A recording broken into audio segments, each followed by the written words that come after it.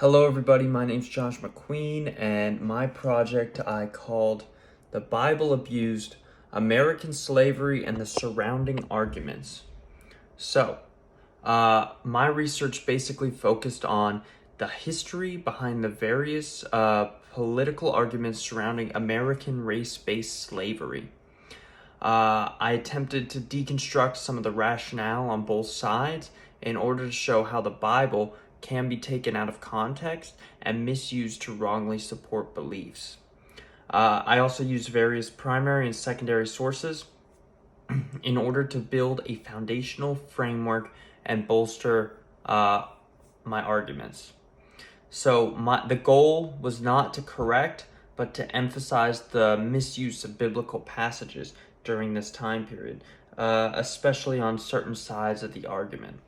So, like I said, I used a variety of sources. My sources were James Byrd's A Holy Baptism of Fire and Blood, The Bible in the American Civil War, which is a book that reveals the importance of the Bible to the Civil War time period and how it was used by people on both sides to support their beliefs.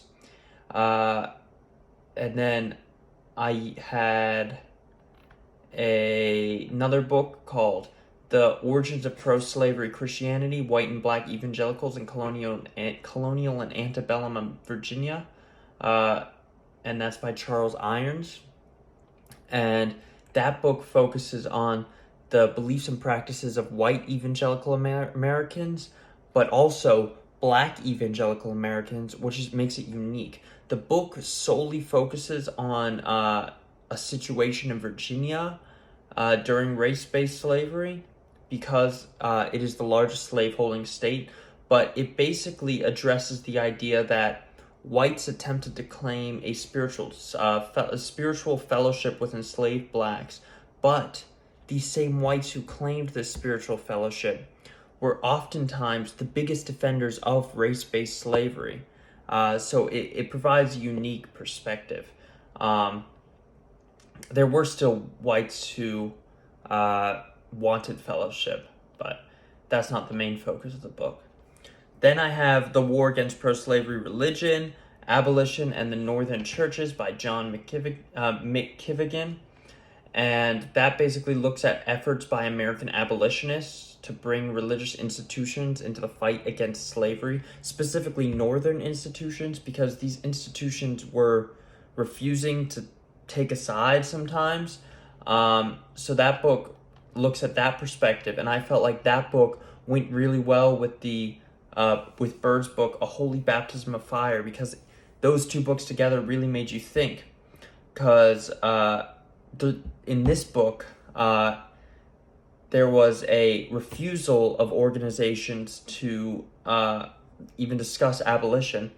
And then in Byrd's book, the Bible heavily influenced the outcome or decisions made in the Civil War. So I kind of felt like it was interesting to see those two sides of the organizations and the Bible and like how it affected everything. Then I'm running out of time, but Joseph Moore's Founding Sins, and that one discusses a group called the Covenanters and their effect on American history. Then I have Church, a journal article by Andrew Porter, Church History of Christianity, Religious History, and some reflections on British missionary enterprise in the late 18th century. I have more journal articles, one by Amanda Porterfield, Religion's Impact on Social Issues, another one by Amanda Porterfield, which I had used starting out, so I wanted to include it. It's basically Tabuta, Reluctant, Witch of Salem, and some other stuff. So that one, it's kind of not involved in my topic now, but it did help me set up and move towards this topic, so I wanted to include it. Then I have Dan Shepard's Teaching About American Slavery and his connections to Christianity and the Bible. Kevin Sweeney's Early American Religious Traditions, Native Visions, and Christian Providence. Larry Tice's Pro-Slavery, A History Defense of Slavery in America.